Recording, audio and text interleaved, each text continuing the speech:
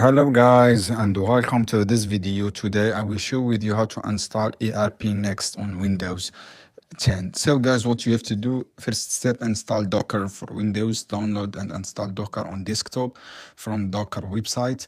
After that, open Docker desktop and ensure it's running. After that guys, what you have to do, first step, install WSL Windows subsystem for Linux and open PowerShell as administration and run WS install and restart your computer to complete WSL setup.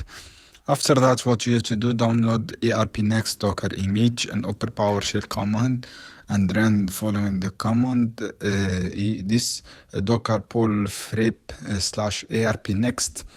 After that, guys, what you have to do, create and run ERPNext containers and start to new Docker using following command.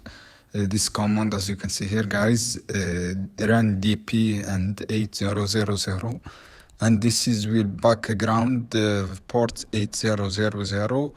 After that, access the ERPNext, open browse and go to localhost 800 this, and you should see the ERPNext page. So guys, thanks for watching. See you on another video soon.